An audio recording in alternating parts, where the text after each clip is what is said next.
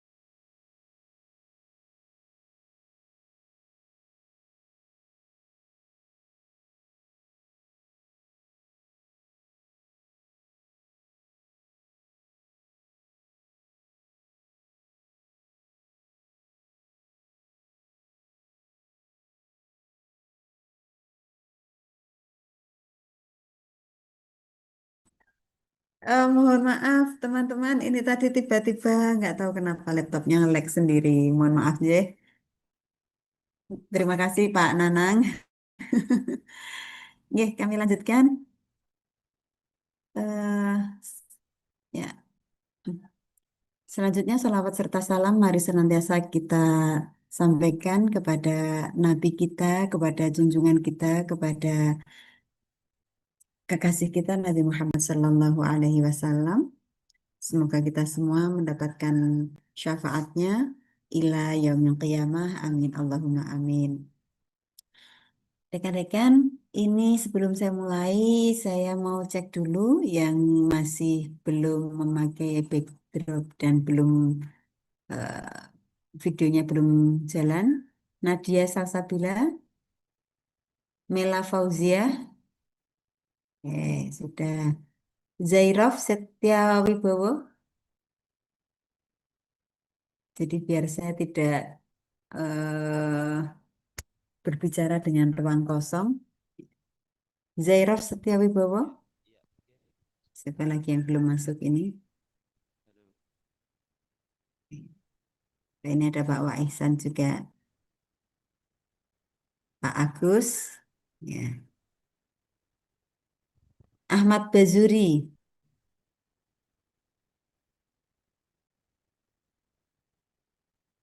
Halda, oh sudah masuk. Hadir, hadir.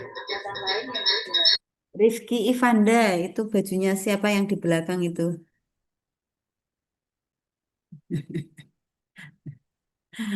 Oke. Ya, sehat-sehat semua, adik-adik, rekan-rekan. Alhamdulillah Alhamdulillah, sehat. sehat. Sehat Bu, Alhamdulillah. Alhamdulillah. Alhamdulillah. Alhamdulillah. Ada yang non-Muslim ini di angkatan ini? Dan semua Bu. Muslim semua? Ya. Oke. Ya, baik. Kalau ada yang non-Muslim, maka tentu saya juga akan memberikan salam penghormatan sesuai dengan agama dan keyakinan masing-masing. Baik, rekan-rekan, Bapak Ibu, panitia dan rekan-rekan semua, izin pada pagi hari ini saya mendapatkan tugas dari Bapak Kepala Balai Diklat Keagamaan Semarang untuk melaksanakan proses pembelajaran sharing bersama dengan rekan-rekan semua terkait dengan pengembangan sumber daya manusia dan nilai dasar ASN. Saya tadi sudah dikenalkan, ya. Saya Siti Nur Maunah. Saat ini saya diberikan amanah sebagai Kasubag Tata Usaha Balai Diklat Keagamaan Semarang, salah satu instansi lembaga pendidikan dan pelatihan, lembaga diklat atau lembaga pengembangan kompetensi di Kementerian Agama.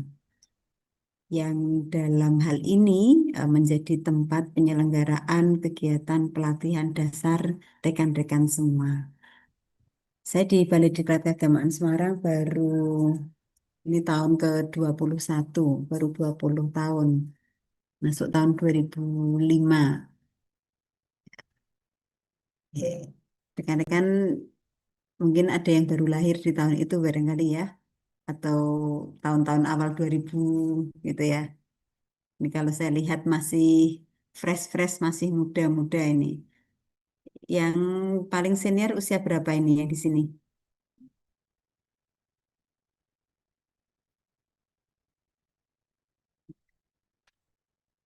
Ini masih fresh graduate semua ini ya. Izin, Tahun 90 Ibu. ada yang 90. Oh ya, siapa ini tadi? Ya, baik. Saya akan menyampaikan materi dan diskusi dengan rekan-rekan semua. Izin saya share screen. Sebentar.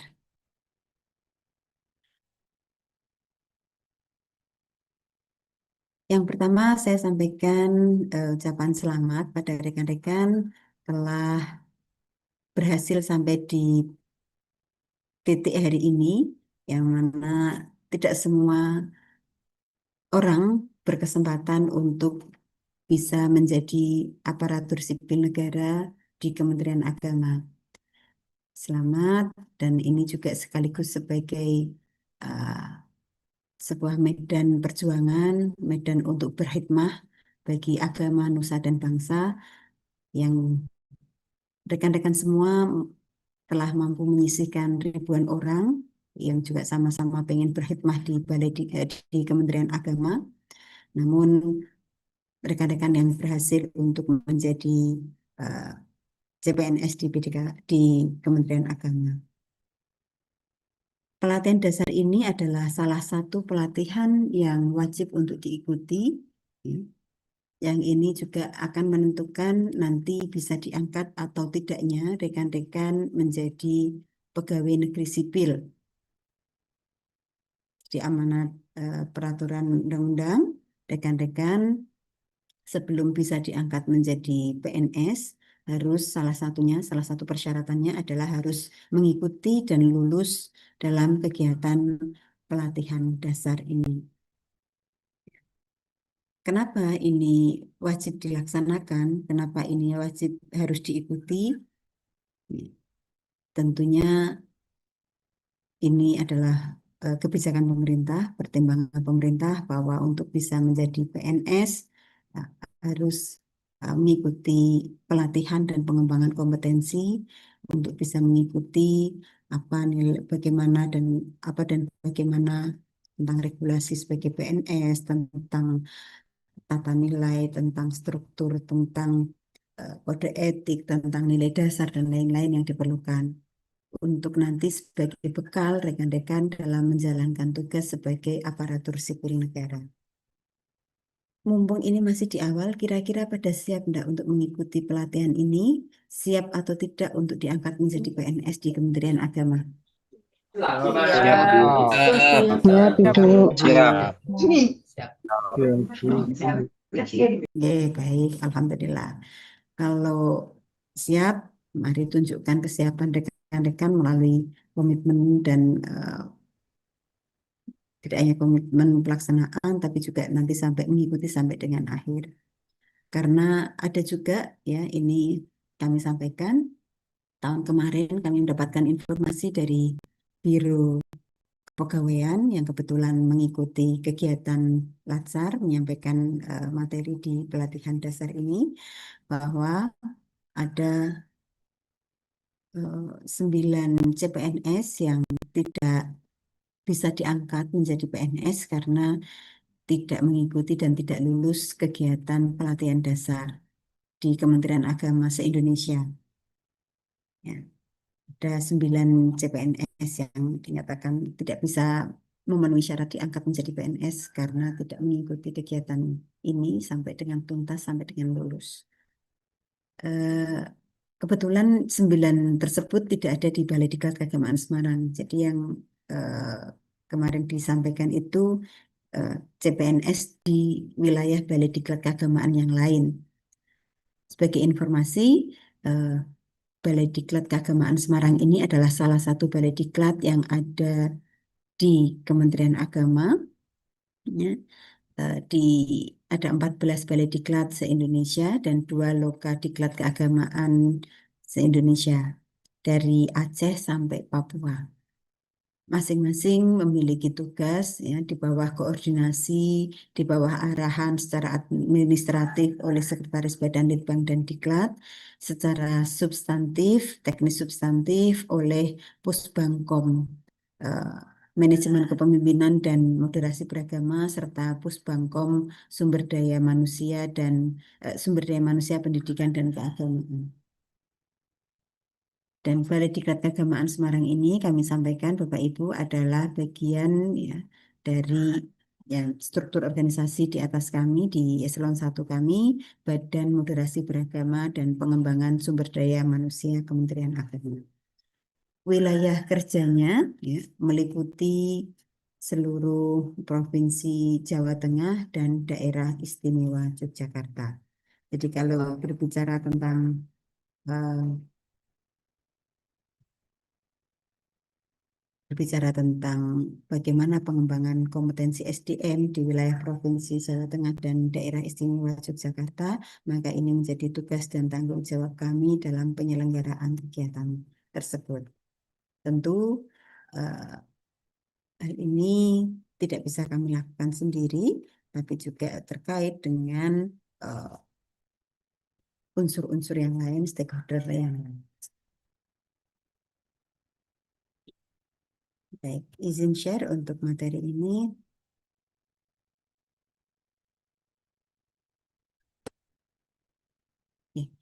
Berbicara tentang kebijakan pengembangan sumber daya manusia Kementerian Agama dan nilai dasar ASN Kementerian Agama, saya ingin memulai dari awal terlebih dahulu dari visi dan misi Kementerian Agama. Rekan-rekan semua di sini nanti izin saya akan secara acak ya menyebutkan ya untuk melontarkan pertanyaan dan nanti saya secara acak akan minta salah seorang untuk menjawab atau bisa juga nanti siapa yang bisa nanti bisa raise hand, tidak harus saya tunjuk, begitu nih ya. Nah, rekan-rekan saat ini masuk dalam rumah besar Kementerian Agama.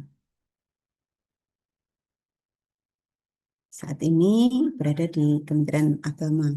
Ratna Aprilia, di mana sekarang posisinya? Sekarang saya di MTS Negeri 4 Boyolali. Ya, baik. Ya. MTS Negeri 4 Boyolali ataupun di MAN, MI, kan Kemenak, di UIN, IAIN atau Staben dan lain sebagainya, ini wadah besarnya kita berada di Kementerian Agama. Wadah yang lebih besar lagi adalah kita bagian dari pemerintah. Ya, yang saat ini Presiden terpilih adalah Bapak Prabowo Subianto dengan didampingi, dibantu oleh unsur-unsur yang terkait, kementerian lembaga yang telah ditetapkan. Tuh. Kemudian yang berikutnya, apa sih sebenarnya tugas kita di Kementerian Agama itu? Meskipun kita memiliki tugas dan peran masing-masing, ada yang sebagai guru, ada yang sebagai penyuluh, ada yang sebagai penghulu, sebagai dosen, sebagai peranata humas, sebagai peranata komputer, atau apapun yang lain jabatan masing-masing, ya, perlu untuk disadari bersama kita berada di wadah Kementerian Agama. Kita perlu untuk tahu sebenarnya negara memberi mandat apa kepada Kementerian Agama. Apa tugas dari Kementerian Agama?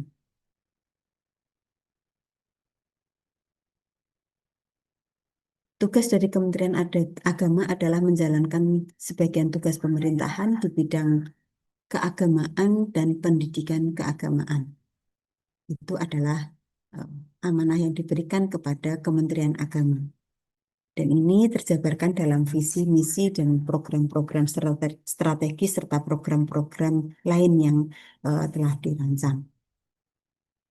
Visi dan misi Kementerian Agama tahun 2025 sampai dengan 2029 adalah terwujudnya masyarakat yang rukun, maslahat, dan cerdas bersama Indonesia Maju menuju Indonesia Emas 2045. Ada 3 kata kunci di sini, yaitu yang pertama rukun, kedua maslahat, dan yang ketiga cerdas.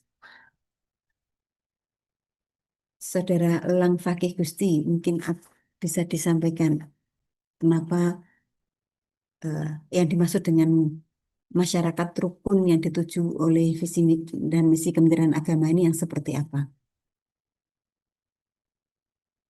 Yaitu masyarakat yang saling menghormati kepercayaan masing-masing dan menghargai kepercayaan masing-masing, Bu. Rukun, yang rukun. Harapan seperti apa rukun yang dimaksud di sini?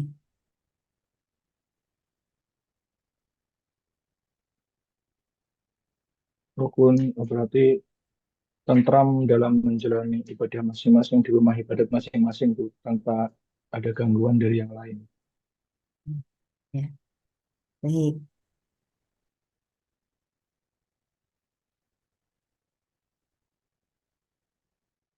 Yang berikutnya, eh Saudara Abdul Mazid.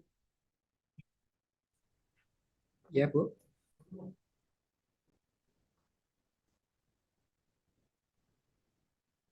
Masih yang sama terkait pertanyaannya, Bu. Ya, Eh, terkait kehidupan beragama yang rukun, yaitu kalau menurut saya kehidupan agama yang mana tidak mendiskreditkan satu sama lain, karena setiap agama tentunya memiliki ajaran dan memiliki keyakinannya masing-masing. Jadi tidak saling menyalah-nyalahkan, tetap pada jalurnya masing-masing. baik. Untuk yang mau izin ke belakang, mohon izin saja gitu ya, enggak usah ditulis ke belakang atau ke toilet, dan nanti segera bergabung kembali. Ya, disilakan. Oke. Yang berikutnya, untuk visi misi yang berikutnya, silakan.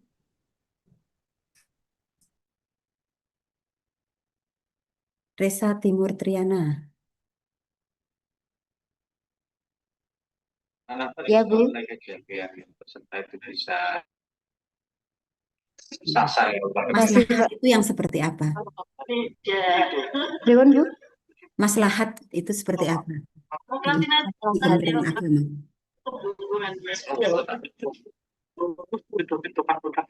Maslahat itu Yang itu materi apa baru materi ya. Ini yang Kepentingan bocor orang apa ya? banyak, Bu. Eh, Adil itu panggil oleh hati. ada suara Kepentingan orang banyak, Bu. gimana? Kepentingan orang banyak. Maksudnya gimana? Eh, Maslahat itu kepentingan untuk bukan hanya diri sendiri, tapi Ini ada orang tempat ya. Kalau kebanyakan halayak umum. ya, ini tunggu ya sampai minggu baik. Informasikan ke Bapak juga. Sambil promo ya. Baik, Bapak Ibu, selamat jumpa. Gimana suaranya? Ini yang Jadi, ya, baik. Yang berikutnya maslahat ya. Tadi maslahat kepentingan orang banyak. Ada yang memberikan pendapat yang lain? Syamsul Khairul Rahim. Saya Ibu. Siapa ini? Saya Silakan. itu. Ya, Andreas Iriansyah. Oke. Menurut saya maslahat itu dari Kementerian Agama sebisa mungkin memberikan kebaikan, apa ya, outputnya memberikan kebaikan kepada semua masyarakat tanpa terkecuali, tanpa membeda-bedakan itu agama apa, ras apa dan lain sebagainya. Seperti itu Ibu.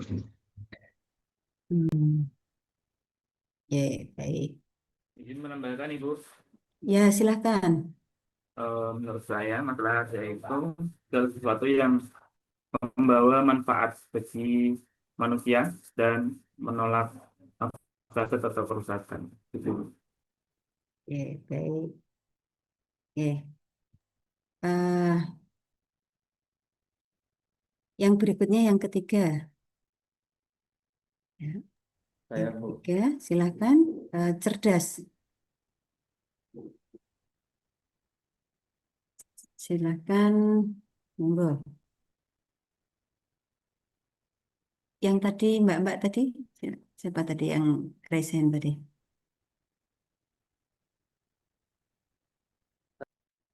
Tadi resen masih seputar maslahat. Oh, sebentar masyarakat sekarang Saya cerdas. tadi Bu yang riset. Oke, monggo silakan. Eh, untuk kehidupan masyarakat yang cerdas di sini artinya masyarakat aktif memanfaatkan pengetahuan, kemudian memanfaatkan keterampilan dan juga teknologi yang ada untuk meningkatkan kualitas hidup masyarakat itu sendiri dan dalam menghadapi masalah yang dihadapi dalam kehidupan sehari-hari. Oke, intinya cerdas itu bisa adaptif terhadap perubahan, bisa menyikapi perubahan, ya, dan bisa cerdas untuk menentukan apa yang mesti dilakukan, apa yang perlu untuk dilaksanakan. Baik, itu visi dari Kementerian Agama. Selanjutnya misi dari Kementerian Agama. Misi dari Kementerian Agama yang pertama meningkatkan kualitas kehidupan beragama yang rukun dan berorientasi pada kemaslahatan. Jadi rukun ya, rukun itu meminimalisir konflik. Kemudian juga bagaimana dari perbedaan-perbedaan yang ada tetap terbangun sebuah harmoni kerjasama yang masing-masing saling menghargai, masing-masing bisa saling bekerja sama dan orientasinya pada kemaslahatan. Kemaslahatan itu ya, maslahat itu asal kata dari apa? Kalau dari bahasa Arabnya ini saleh ya, kemudian masdarnya menjadi maslahat, kebaikan untuk semua, kemaslahatan. Jadi eh, impact atau dampak dari kerukunan itu tidak hanya menjadikan masyarakat yang rukun itu sendiri, tapi juga bagaimana kerukunan itu bisa membawa kebaikan bagi semuanya.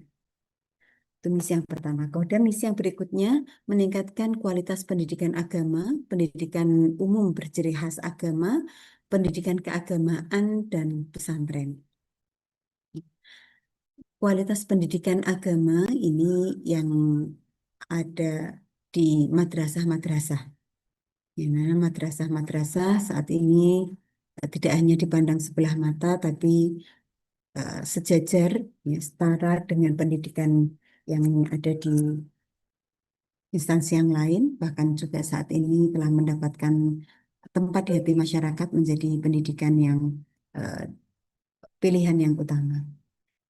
Pendidikan umum berciri khas agama, ini yang pendidikan-pendidikan agama yang ada di sekolah-sekolah umum, kemudian pendidikan keagamaan, dan pesantren. Kemudian yang ketiga adalah meningkatkan tata kelola pemerintahan yang baik atau good governance. Tata kelola pemerintahan yang baik atau good governance ini eh, merupakan salah satu prasyarat untuk kita bisa maju bersama sebagai bagian dari pemerintahan. Untuk bisa tata kelola pemerintahan yang baik, tentu diperlukan unsur-unsur yang terlibat di dalamnya, baik mulai dari pengelolaan keuangan, kepegawaian, eh, dan lain sebagainya, yang itu berperan dalam operasional kantor sehari-hari.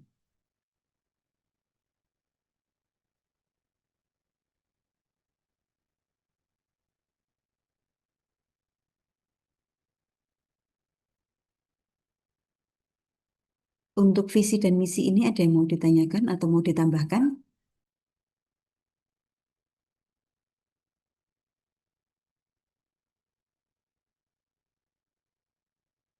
Silahkan. Kalau sudah cukup, mari kita ke berikutnya tentang nilai dasar aparatur sipil negara. Kemarin telah belajar bersama di waktu pembelajaran MOOC ya tentang nilai dasar aparatur sipil negara yaitu berakhlak. Nah, berorientasi pelayanan, akuntabel, kompeten, harmonis, loyal, adaptif, dan kolaboratif. Ya. Yang dimaksud dengan berorientasi pelayanan itu yang seperti apa? Saudari Iis Hastuti, silakan.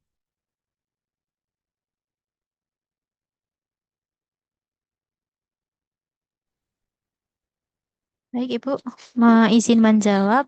Nah, menurut saya, berorientasi pelayanan itu memberikan pelayanan yang terbaik dan melakukan dengan seadil-adilnya, begitu, Tanpa diskriminasi ya. tanpa diskriminasi, betul. Ya. Terus orientasi pelayanan yang seperti apa yang ingin diberikan? Yang mampu memberikan atau memecahkan suatu permasalahan yang terjadi, begitu, Bu. Meskipun itu bukan bidang tugasnya atau Nah, bagaimana? sesuai tugas dan fungsinya, begitu. Saudari Laini Aisyah Safaah bisa ditambahkan.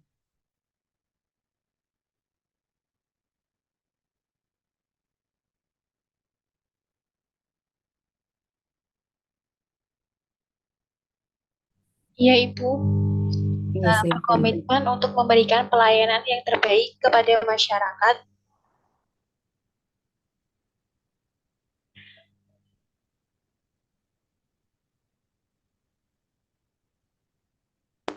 Layanan apa saja itu?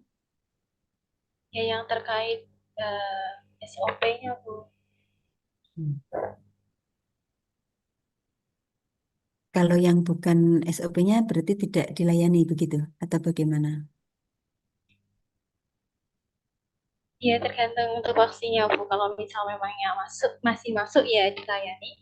Tapi jika tidak, akan diarahkan ke yang lain yang menjadi bagiannya. Ya. Berorientasi pelayanan itu tentu kita yang pertama yang perlu kita perhatikan adalah apa peran dan fungsi kita, yang kita layani apa, standar minimal pelayanannya apa, itu kita perlu untuk tahu.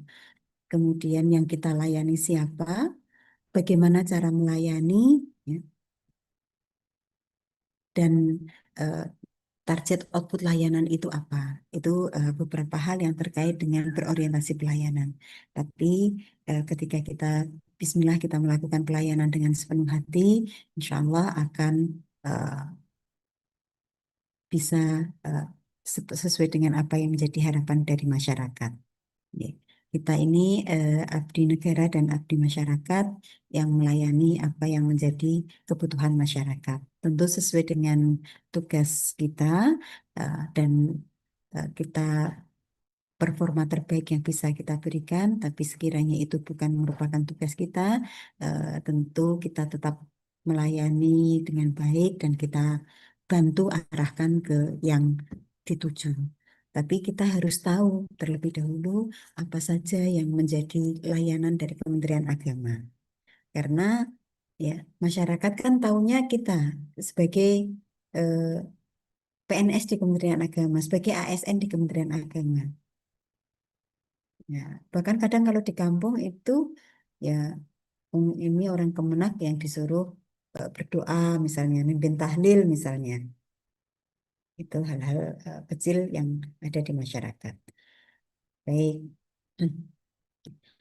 Untuk berorientasi pelayanan ini mensyaratkan pada diri kita untuk selalu meningkatkan pengetahuan, keterampilan, ya, dan kemampuan. Kita jangan hanya berhenti, sudah berhenti cukup, tidak mau belajar lebih lanjut, tidak mau memberikan layanan yang lebih. Gitu. Ini yang berikutnya, setelah berorientasi pelayanan, silahkan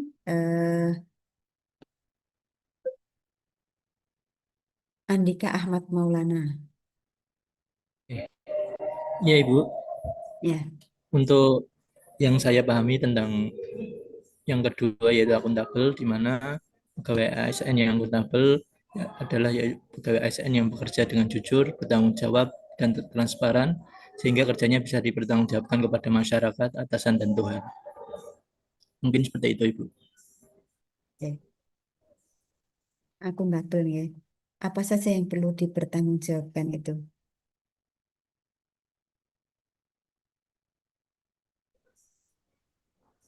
Bagaimana, Ibu? Yang perlu untuk dipertanggungjawabkan apa saja itu? Yaitu setiap tugas, kemudian keputusan dan penggunaan, khususnya dalam pelayanan kepada masyarakat, seperti itu, Ibu. Ya. Dilanjutkan Sihin Abdullah Alfani. Ya, Alf, Alf, Alf, siapa ini? Alfani, Bu. Ya, betul. Silakan untuk nilai dasar yang berikutnya. Maksud dari nilai dasar yang berikutnya apa? Nilai dasar yang berikutnya yaitu kompeten. Jadi ASN itu harus terus meningkatkan kompetisi diri, Bu. Harus sering belajar, harus ikut pelatihan-pelatihan yang pada bidangnya sehingga bisa menjadi ASN yang mempunyai eh, kualitas yang baik. Mengapa kita perlu meningkatkan kompetensi? Supaya dalam melayani masyarakat itu bisa lebih baik, Bu.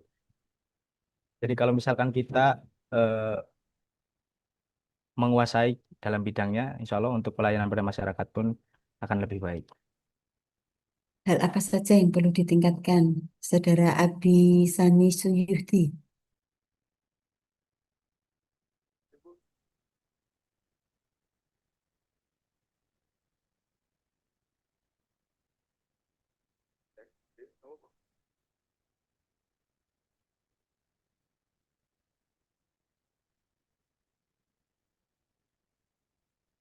Belum ada suaranya, Saudara Abdi Sani?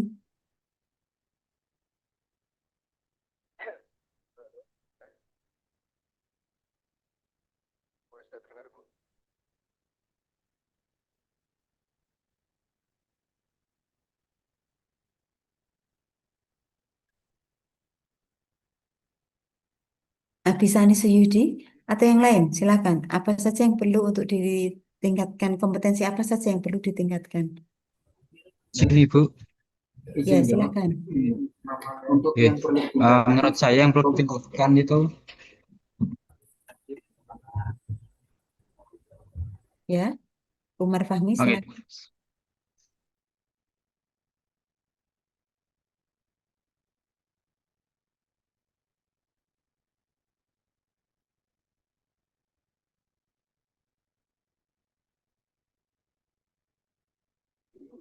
Baik, Ibu, izin jawab, Ibu.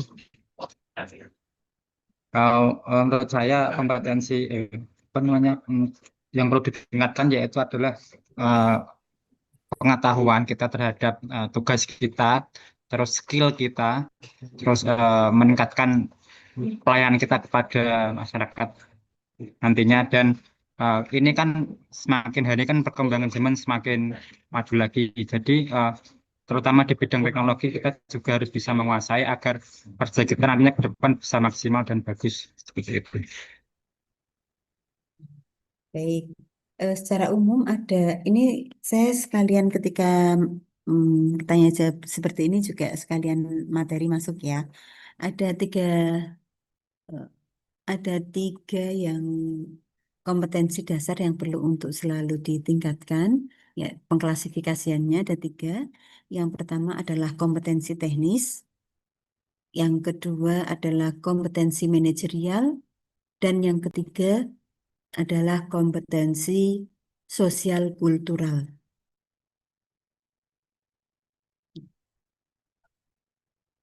Kompetensi teknis, kompetensi manajerial, dan kompetensi sosial kultural. Apa yang dimaksud kompetensi teknis? Saudari Farika,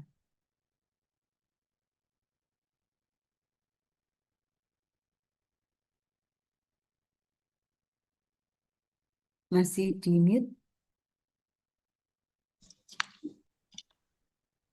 Selamat siang, Bu Uun. Ya, siang. Ya, kompetensi teknis ini kemampuan khusus yang berkaitan langsung dengan pelaksanaan tugas atau pekerjaan tertentu, dan ini biasanya sifatnya itu praktis dan dapat diukur. Jadi, Contohnya? ciri-cirinya itu dapat dipelajari melalui pelatihan atau pendidikan dan juga bisa diukur dengan standar kinerja. Contohnya misalnya di bidang IT itu bisa menguasai coding dan data analisis. Kalau di bidang saya komunikasi bisa menulis, membuat konten media sosial dan juga public speaking. Seperti itu, Bu. Tempat tugas di mana, Saudara Farika?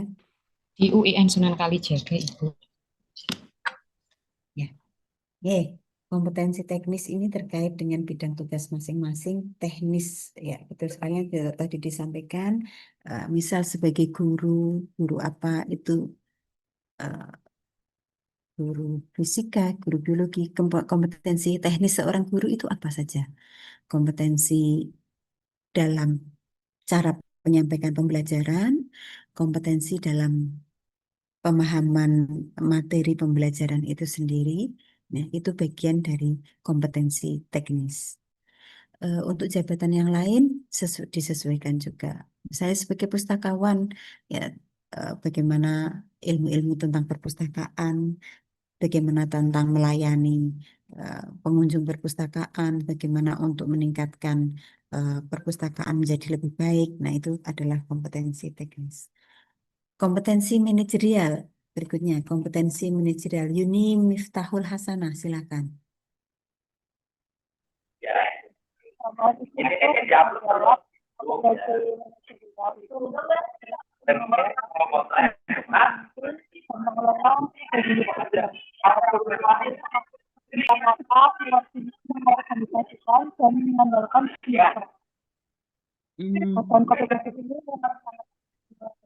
Kita dalam menduduki akun bisa live stream. Kurang terdengar jelas ya, backsound di belakang ada banyak. Muhammad Khairul Mizan, silakan. Oke, itu terkait kompetensi teknis. Mohon maaf, itu tadi kompetensi teknis, nggih. Manajerial. Oh, manajerial. Terkait kompetensi manajerial, menurut saya itu kompetensi bagaimana kita memanage setiap tugas yang diberikan kepada kita secara maksimal dan melaksanakan tupoksi yang diberikan kepada kita sehingga waktu yang kita laksanakan tidak terbuang sia-sia.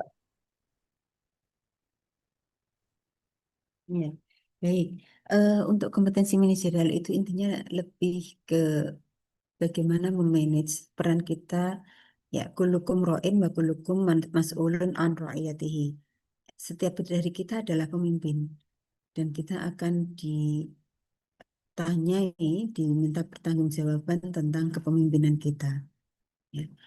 Eh, Mungkin kalau untuk kompetensi manajerial secara ansih, peningkatan kompetensinya melalui pelatihan kepemimpinan atau pelatihan leadership dan lain-lain. Tapi bahwa dalam hal yang lebih teknis untuk kompetensi manajerial ini, bagaimana kita bisa memanage ya, baik diri kita atau lingkungan sekitar kita terhadap tugas-tugas, penyelesaian tugas-tugas yang diamanahkan kepada kita. Gitu. Yang terakhir, kompetensi sosial kultural. Kompetensi sosial kultural yang dimaksud untuk pengembangan kompetensi sosial kultural itu seperti apa? Saudara Effendi Zarkasi, silakan.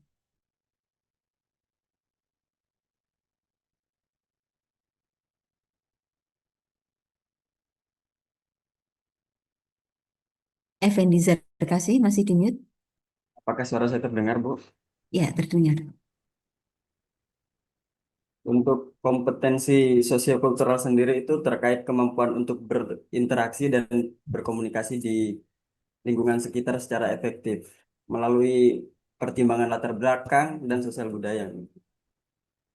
Seperti itu. Baik. Dimas Agil Pangestu, ada yang mau disampaikan terkait dengan ini? Baik, terdengar Bu suara saya. Ya, terdengar. Menurut saya, kompetensi sosial kultural itu bagaimana kita memahami, menghargai, dan mungkin berinteraksi dengan sesama dari berbagai latar belakang agama suku. Itu menurut saya.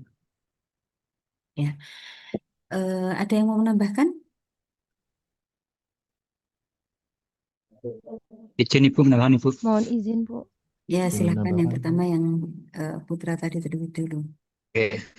Sosial kultural, kompetensi sosial kultural ini berkaitan dengan cara kita berinteraksi dengan masyarakat macam dalam hal agama, suku, dan budaya. Sehingga nanti ke depannya memiliki wawasan kebangsaan yang bagus seperti itu. Terus memahami juga lingkungan budaya yang ada di tempat tugas kita, teman kita sendiri seperti itu, Bu. Ya, baik. Intinya untuk pengembangan kompetensi sosial kultural adalah kita untuk senantiasa mengembangkan kompetensi dalam kita karena kita adalah bagian dari masyarakat. Memang betul tadi yang disampaikan, kita bukan pribadi yang berdiri sendiri. Kita bukan makhluk alien, ya, yang terasing dari peran-peran sosial kemasyarakatan kita. Oleh karena itu, perlu untuk kita mengatur keseimbangan ya, antara kerja-kerja baik kerja kita antara tugas-tugas kita kemudian juga peran kita di masyarakat. Karena ketika di masyarakat pun kita juga membawa nama Kementerian Agama, kita juga membawa nama pemerintah. Itu yang terkait dengan nilai berakhlak yang kedua. Nilai berakhlak yang Mbak-mbak, ini Abdullah Munif kok enggak videonya apa backdropnya kosong masih di mana ini Abdullah Munif? Ini Bu, settingannya agak agak agak ada gangguan ini. Ini saya pakai dua HP juga, jadi saya ada dua di sini. Oh iya. Iya. Mohon maaf Bu. Iya, Satunya nanti laptopnya. Iya, iya, masih mungkin saya nanti tuh. bisa diperbaiki laptopnya. Iya. Ya, monggo silakan.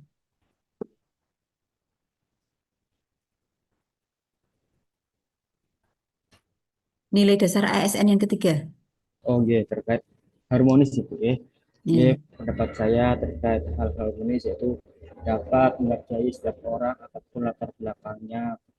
dan juga suka menolong orang lain dan juga membangun lingkungan yang kerja yang kondusif. Ngoten. Yang keempat, ya, harmonis. Intinya bagaimana sih untuk menciptakan lingkungan yang harmonis sementara kita kan memang dilahirkan berbeda. Ada banyak perbedaan suku, agama, budaya, belum perbedaan karakter individu dan lain-lain. Seperti apa kita menyikapi hal tersebut? Surya Cahaya Nugraha. Ya baik Ibu. Untuk menyikapi perbedaan, tentu kita harus saling menghargai, entah itu nanti agamanya berbeda, terus ras sukunya berbeda, tentu kita harus menghargai dan saling menghormati perbedaan-perbedaan tersebut. Jadi nantinya kita lebih menonjolkan kebersamaan, jangan sampai nanti perbedaan-perbedaan itu bisa menjadi konflik seperti itu, Ibu. Baik. Eh, yang berikutnya loyal. Irham, saudara Irham.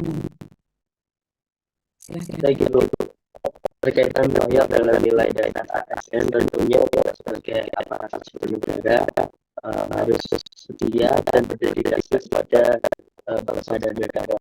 Kemudian selain hal ini kita juga akan membantu bahwa kita sebagai ASN harus memberikan kepentingan negara kita akan kepentingan yang baik. Kalau yang kepada siapa? Loyal ini sebenarnya kita kepada masyarakatnya, kita pemerintah, itu melayani masyarakat, punya kita loyal terhadap masyarakat. Masyarakat seperti apa yang berloyal itu? Contohnya mungkin ketika saya dilibatkan masyarakat, biasanya loyal terhadap masyarakat di sini mempunyai kepentingan untuk melayani usaha kita, kemudian untuk menceritakan anak-anak kita itu contoh saja. Aina sendiri ada masing-masing Aina terkait dengan loyal.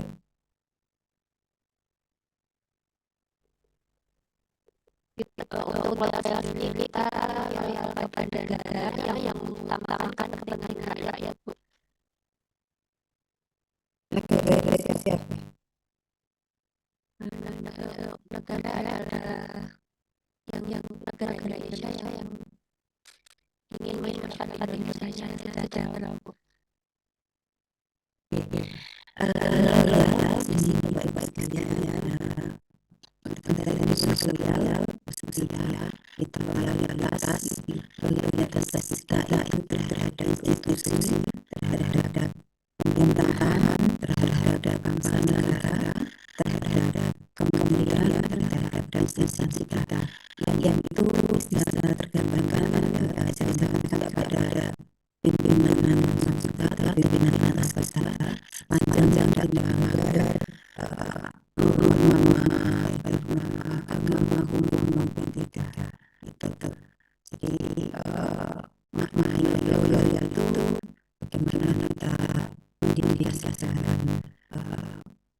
seluruh kemampuan partai kita untuk bisa memajukan bangsa dan negara sebesar-besarnya yang kita tanamkan dalam kita sehari-hari. Tentu termasuk saja di sini bagaimana kita memperhatikan masing-masing ke depan, itu juga yang diberikan juga. Berikutnya ada adaptif, silakan. Pelalang fiktif. Ini masing-masing dia langsung ke tempat saya yang mana-mana moderator. Oke. Saudara Elang perempuan berkasih yang dominan diri bukan hanya iman, kemudian pilih dan masyarakat yang lainnya.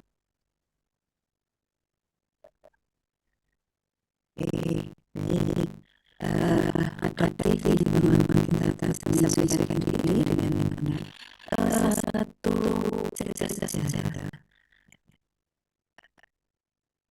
Dinosaurus itu makhluk yang kuat tapi punah karena dinosaurus tidak bisa beradaptasi dengan perubahan iklim yang waktu perubahan terjadi.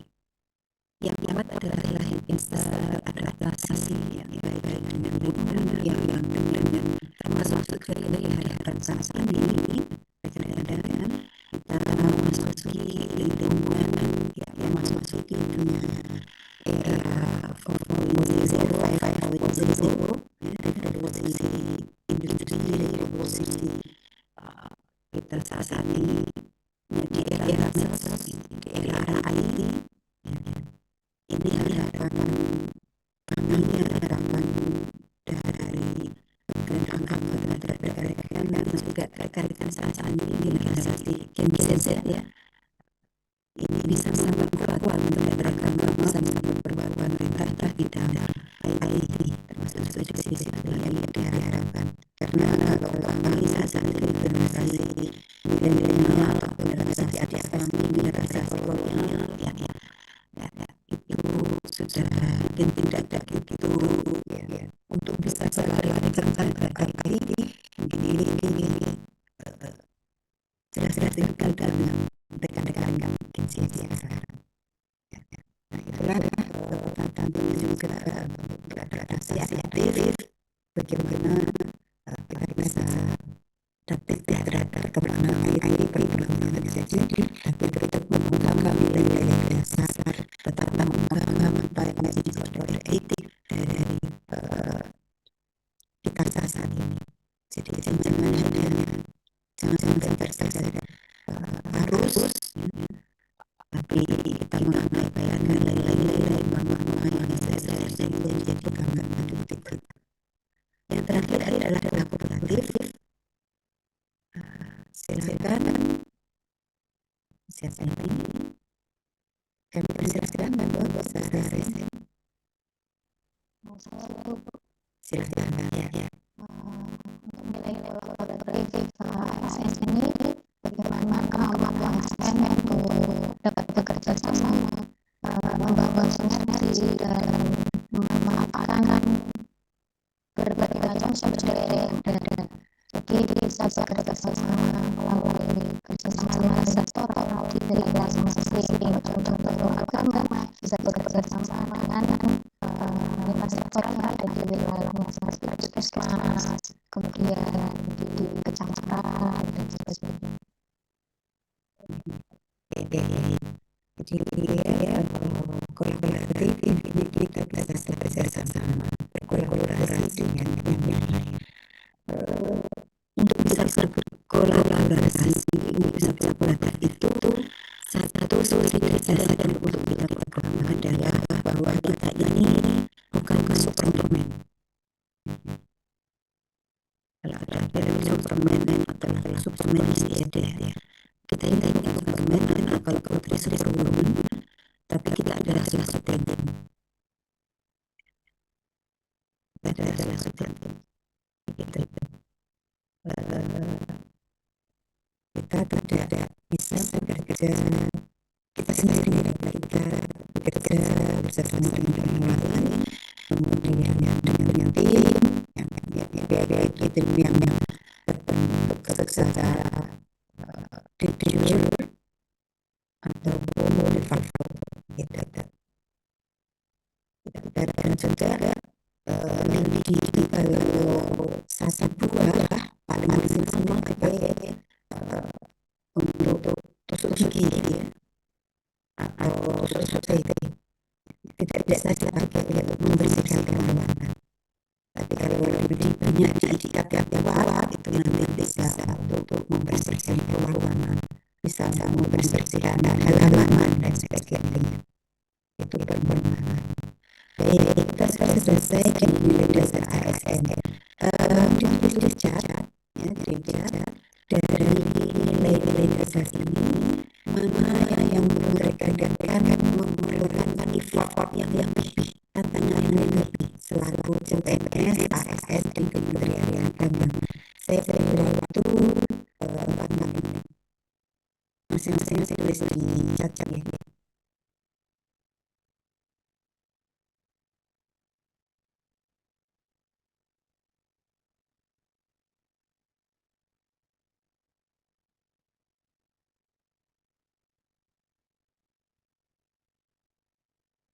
Beserta alasannya ya.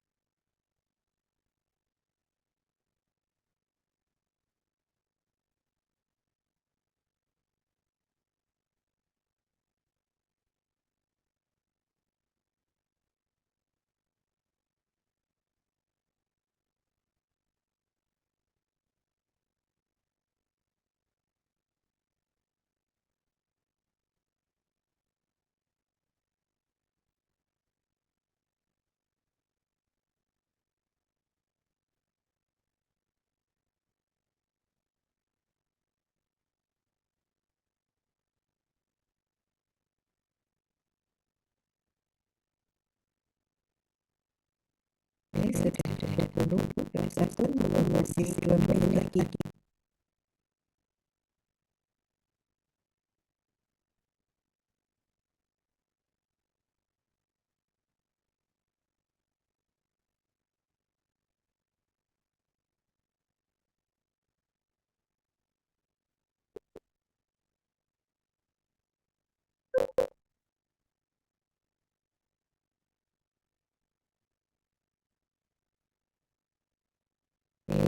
Saya bacakan ya.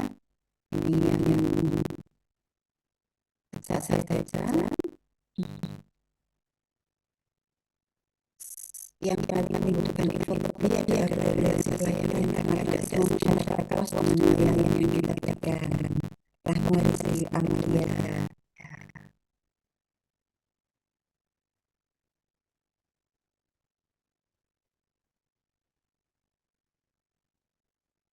Kolaboratif. Kompetensi karena pada kompetensi menuntut pembelajaran dan pelanggaran untuk memberikan hasil optimal. Ahmad Sofian Persauri. Ya, terima kasih. Ini teman-teman luar biasa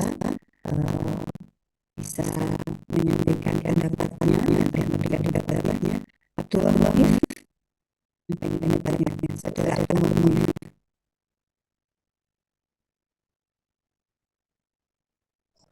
Iya. Kalau saya terkait kompetensi yang sebenarnya ada pembaruan diri khususnya dalam kompetensi teknis, kompetensi manajerial, sosial, kultural. Mana idenya Abdullah Munif? Ini tadi Bu yang kendala. Oh iya, silakan lanjut.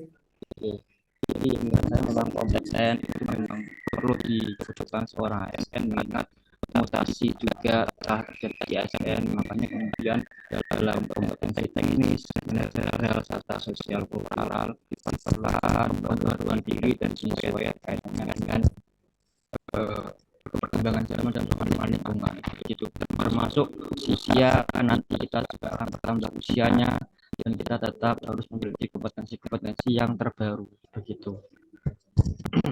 Baik. Nabi kita Nabi Muhammad SAW memberikan suri tauladan yang luar biasa kepada kita, menyampaikan bahwa kita akan menuntut ilmu sejak dari buayan sampai ke liang lahat, kemudian bahkan menuntut ilmu diberatkan sampai ke negeri Cina. Ini maksudnya apa? spirit dari pengembangan kompetensi adalah kita menjadi manusia pembelajar. Kita mau mencari ilmu, ya, menjadi manusia pembelajar. Memang ini yang berat karena apalagi kalau kita merasa kita sudah cukup, ya. Kita merasa sudah tahu, kita merasa sudah bisa, kita merasa merasa sudah top, ya, merasa sudah memiliki nilai-nilai plus banyak yang lain, sehingga kita tidak perlu untuk mengembangkan kompetensi diri kita. Justru ketika kita berada pada titik itu, sebenarnya kita sedang pada fase kita menjadi mati suri. Ya, karena apa? Ya, karena dunia di sekitar kita itu tidak berhenti. Dunia di sekeliling kita itu senantiasa bergerak berputar. Ada kebijakan baru, ada regulasi baru misalnya. Yang ini menuntut kita untuk belajar, menuntut kita untuk beradaptasi. Itu di lingkungan terdekat kita. Ayat pertama yang turun, ya, adalah Iqra, ya. Karena ini kita muslim semua, ya, saya akan menautkan dengan ajaran-ajaran agama Islam. Iqra, ya, artinya adalah kita membaca. Membaca tidak hanya yang tersurat tapi juga yang tersirat. Jadi kita dituntut untuk kita tahu, kita mengerti apa yang ada, kita mengerti apa Iqra untuk membaca itu tadi. Nah, disinilah rekan-rekan, ya, pentingnya untuk pengembangan kompetensi itu dengan kita menjadi ASN pembelajar sepanjang hayat. Barangkali di sini ada yang sudah S3, ada yang sudah mungkin sudah ilmunya sudah luar biasa, tapi saya tetap mengingatkan diri saya dan rekan-rekan semua apa yang menjadi sabda Nabi kita tadi, untuk kita tetap menjadi pembelajar sepanjang hayat dari sejak kita buayan sampai ke liang lahat. Jadi, dan yang di sini untuk bisa menjadi pembelajar sepanjang hayat itu kita perlu untuk mengosongkan gelas pemikiran dan pengetahuan kita untuk bisa diisi dengan pengetahuan-pengetahuan yang baru berikutnya. Salah satu doa favorit Nabi kita, Nabi Muhammad, ketika pagi hari adalah doa untuk Allahumma inna nas'aluka ilman nafi'a wa rizqan thayyiba wa amalan mutaqabbala. Ya Allah, kami mohon kepadamu agar Engkau memberikan kami ilmu yang bermanfaat, rizki yang luas, yang baik, dan amal yang Engkau terima, yang diterima, yang mutaqabbala. Bahkan dalam salah satu riwayat hadis, Nabi menyebutkan Nabi Muhammad merasa tidak terberkahi dalam satu hari jika dalam satu hari tersebut tidak bertambah ilmu. Ini sebuah hal yang luar biasa, semangat yang luar biasa. Nabi Muhammad sebagai gudangnya ilmu bahkan merasa tidak terberkahi dalam satu hari ketika dalam hari tersebut tidak bertambah ilmu. Ini menjadi lecutan bagi kita untuk mengikuti jejak beliau, untuk senantiasa mencari ilmu. Ilmu yang seperti apa? Tentu bukan berhenti di mencari ilmu itu sendiri, tapi bagaimana untuk menjadi ilmu yang bermanfaat. Karena kalau kita berhenti di mencari ilmu, maka sebenarnya kita egois. Ilmu hanya untuk diri kita. Jadi mencari ilmu tidak hanya untuk diri kita, tapi bagaimana ilmu tersebut bisa bermanfaat baik bagi diri kita, lingkungan sekitar kita, ya, masyarakat, agama, negara, nusa bangsa.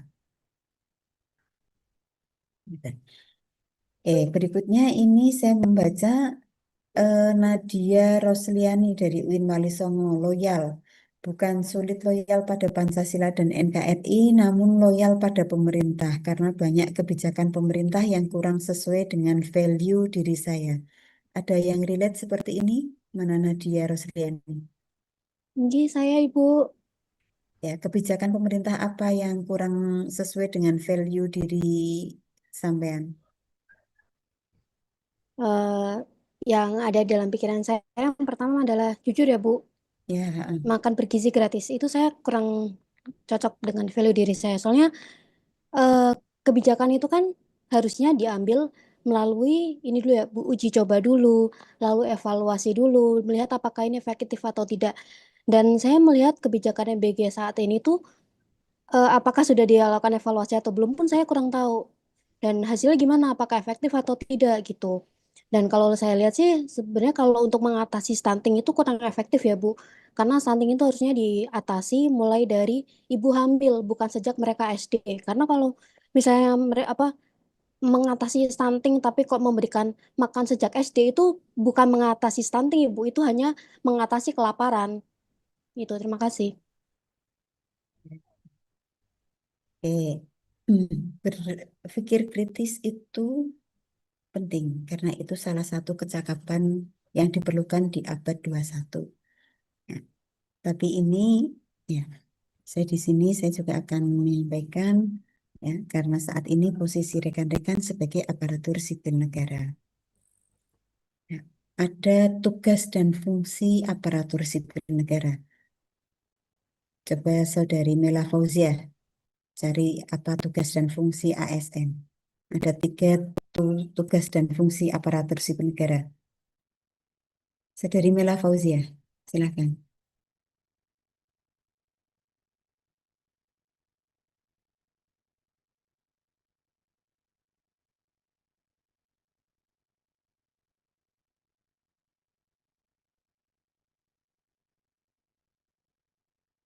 Tidak ada suaranya, Mela Fauzia?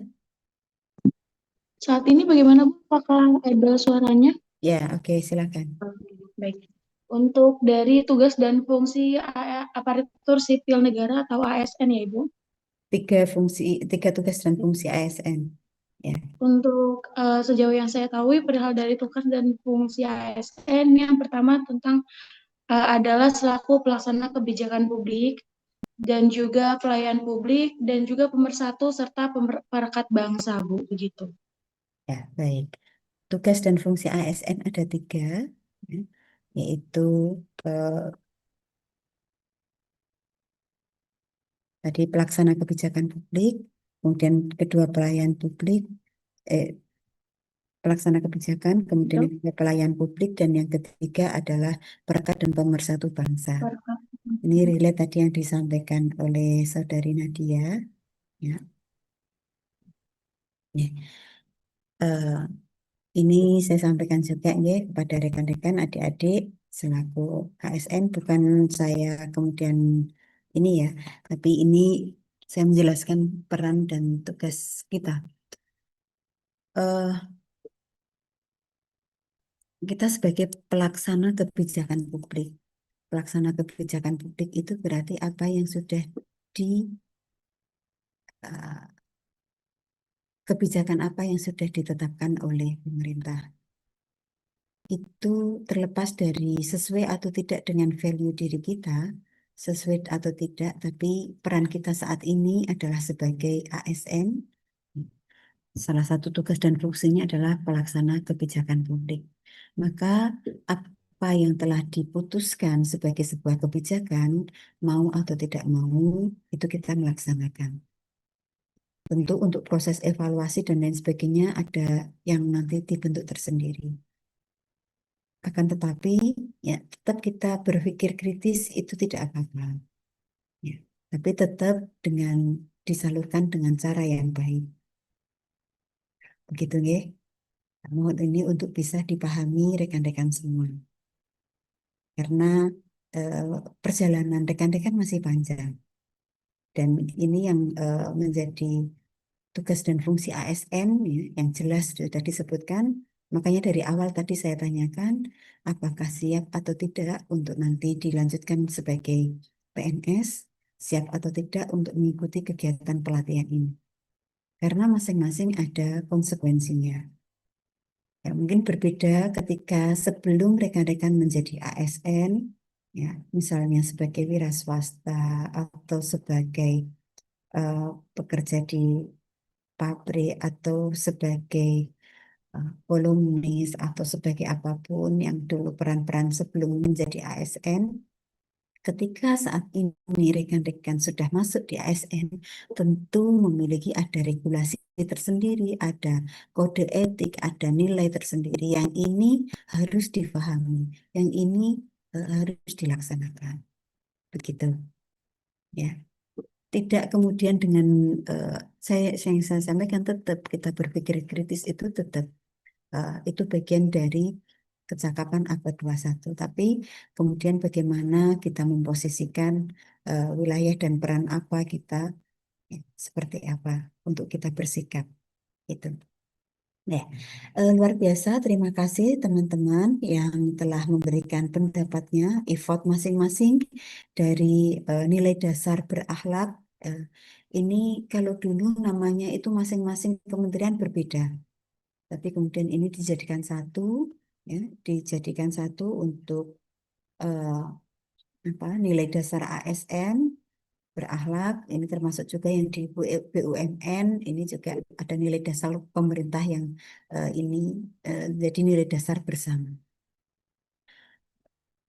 Terima kasih, ada macam-macam ya effortnya, tapi bahwa masing-masing effort ini tentu menjadi tantangan bagi kita, ya, untuk terus senantiasa meningkatkan diri, ya, untuk terus senantiasa melakukan dan berbuat yang terbaik bagi bangsa dan negara kita, sebagaimana yang menjadi amanah kita saat ini.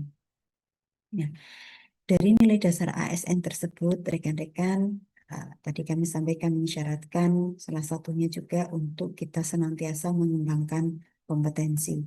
Kompetensi, nilai dasar, nilai spiritnya adalah kita untuk menjadi ASN pembelajar yang hasil dari belajar tersebut kita gunakan untuk kebaikan, kemaslahatan, baik diri, lembaga, masyarakat di sekeliling kita.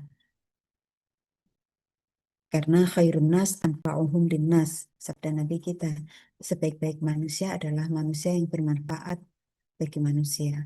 Bukan berarti dimanfaatkan, tapi yang menebarkan kemanfaatan bagi yang lain. Nah, kita beranjak dari nilai dasar tersebut, kita beranjak ke kebijakan pengembangan sumber daya manusia. Ini adalah salah satu hal yang penting untuk dilaksanakan agar kita bisa terus maju, agar kita bisa terus berjalan, agar kita bisa uh, terus berkontribusi terhadap kemajuan bangsa ini. Mengapa sumber daya manusia ini penting untuk kita kembangkan? Ya, tadi dalam diskusi kita sudah banyak hal yang mengemuka, ya, karena memang adanya kebijakan baru, regulasi baru, ataupun juga tantangan IT yang baru, kita saat ini belum bisa membayangkan, ya. Dulu pas waktu saya masih kecil, ya, di desa itu, di satu kampung itu yang punya TV baru beberapa orang. TV, ya, TV hitam putih baru beberapa orang. Kalau pengen lihat itu saja pakai aki, ya, kehidupan pakai aki itu ditaruh di halaman, apa, di halaman luar itu tetangga-tetangga pada ikut nonton seminggu sekali. Saya masih ingat, ya, tahun 80-an. Hari ini, ya, tidak hanya, jarang sekali kalau saat ini di rumah tidak ada TV, ya. Bahkan tidak hanya di rumah, di kamar itu sudah ada TV. Dan sekarang peran TV itu sudah bisa juga kita lihat dari handphone yang sehari-hari kita bawa.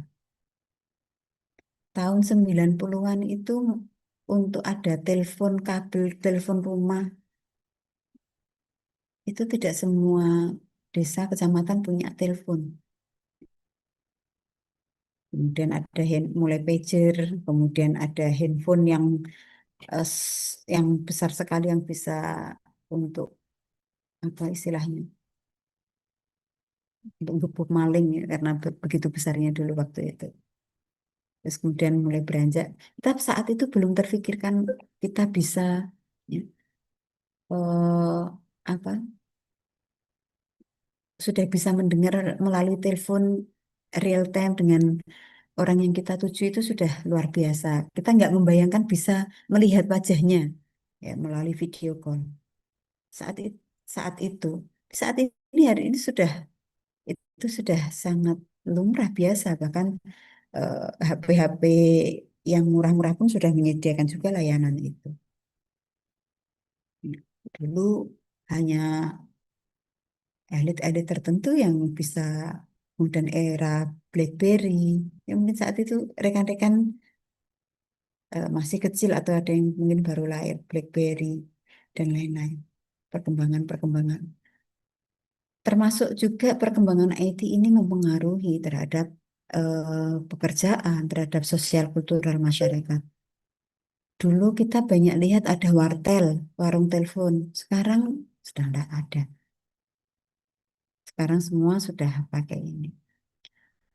Termasuk juga misalnya kantor pos. Kantor pos itu kalau tidak ada perubahan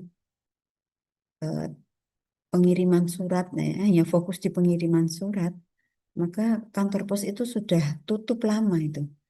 Karena saat ini hari ini mana yang saat ini masih mengirimkan surat sangat jarang sekali. Sudah bisa dikirim lewat email, lewat WA, sudah dimudahkan. Ya. Kalau tidak bisa beradaptasi dengan situasi dan perubahan yang baru itu, tidak juga mengembangkan kompetensinya di situ, maka tentu akan ketinggalan. Peran guru kalau hanya transfer of knowledge, ya ini ada yang menjadi guru di sini? Banyak ya. Kalau peran guru hanya transfer of knowledge, itu sudah tentu kalah jauh ya, dengan Syekh Google, Syekh YouTube, Syekh TikTok ya, yang sangat mudah diakses, tidak harus menunggu di sekolahan, bisa tanya langsung kepada sekarang juga ada ChatGPT dan kawan-kawannya ya. Itu kalau hanya transfer of knowledge, peran guru sudah selesai. Ya. Tapi kalau peran guru, ya, at-thariqah ahamu minal madah. Metode pembelajaran itu lebih penting daripada materi pembelajaran. Walakin ada yang lebih penting dari thariqah. Apa yang lebih penting dari thariqah? Al-mudarris ahamu minat thariqah. Guru itu lebih penting daripada metode pembelajaran. Tapi ada lagi yang lebih penting daripada guru. Apa itu? Ruhul mudarris ahammu minal mudarris. Spirit guru untuk mendidik, spirit guru untuk mengajar, itu lebih penting daripada kehadiran guru yang misalnya nyesewu guru hanya memberikan tugas, terus kemudian ditinggal kemana dan kemana.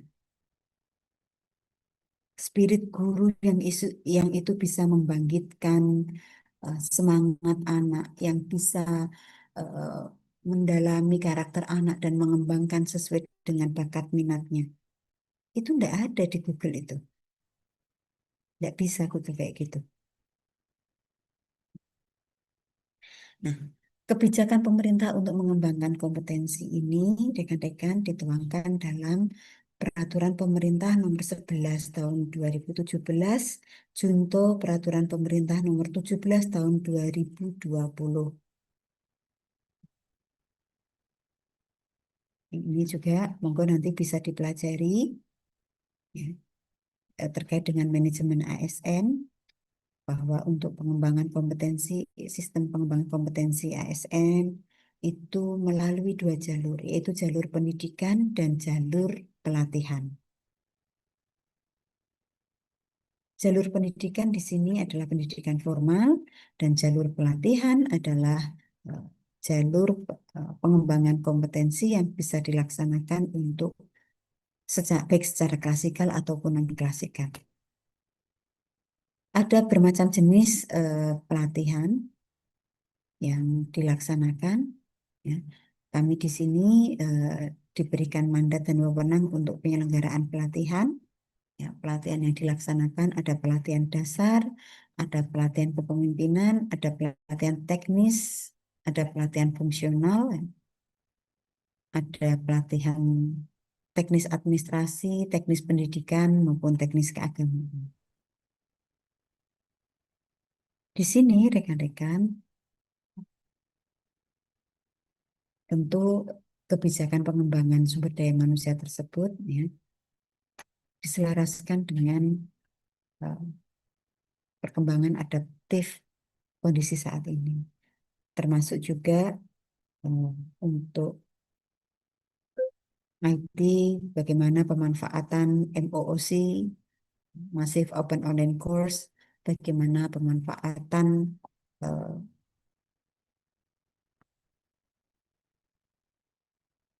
Learning Management Center, ya, dan lain-lain untuk menjadi corporate university.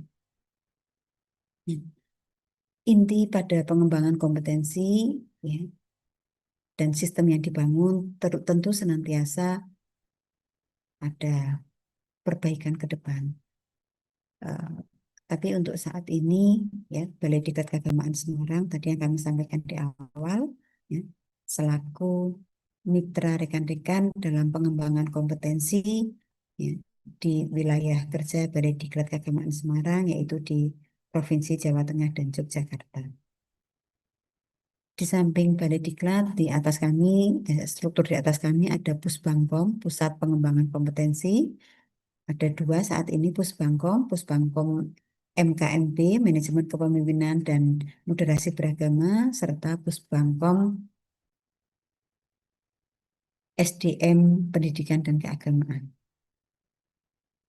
Harapan kita bersama, masing-masing dari kita memiliki niat untuk selalu mengembangkan kompetensi, untuk selalu memberikan yang terbaik bagi agama, nusa, dan bangsa.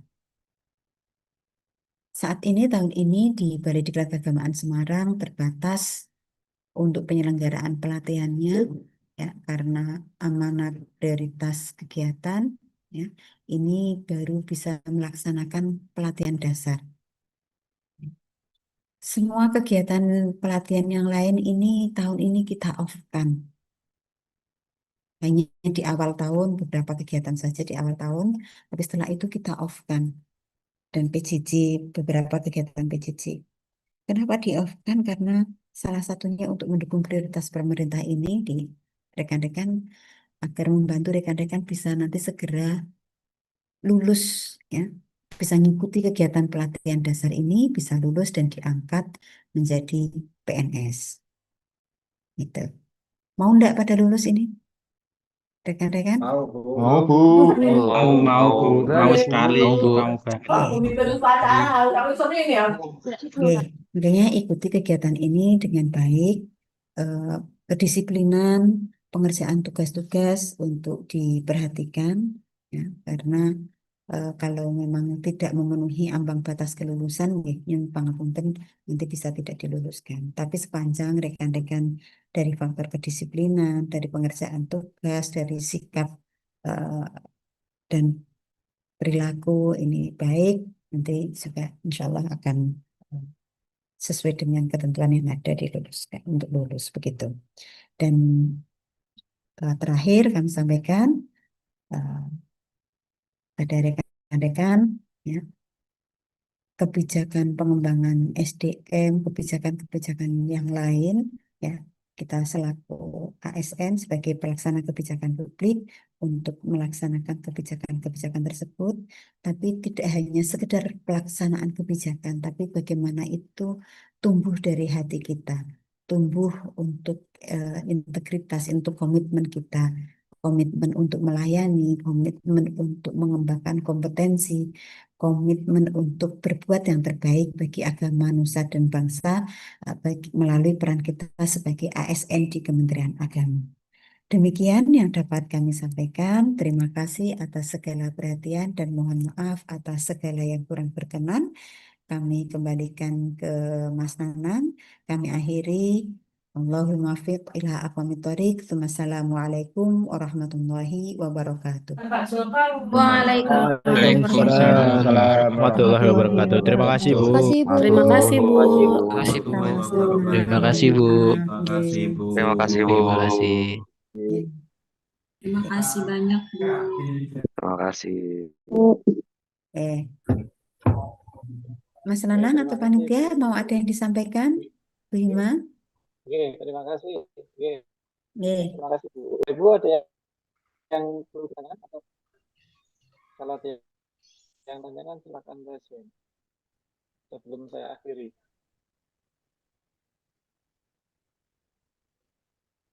Cek Bapak Ibu, silakan. Atau ada yang mau ditanyakan? Oke. Oke. Saya kira tidak ada yang ditanyakan, Ibu.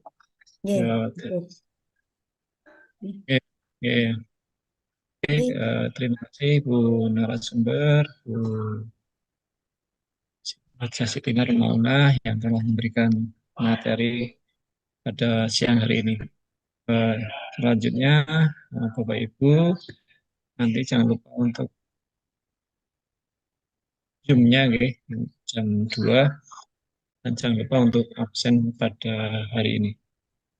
Itu saja Ibu, sekian dari kami. Wassalamualaikum warahmatullahi wabarakatuh. Waalaikumsalam warahmatullahi wabarakatuh. Waalaikumsalam warahmatullahi wabarakatuh.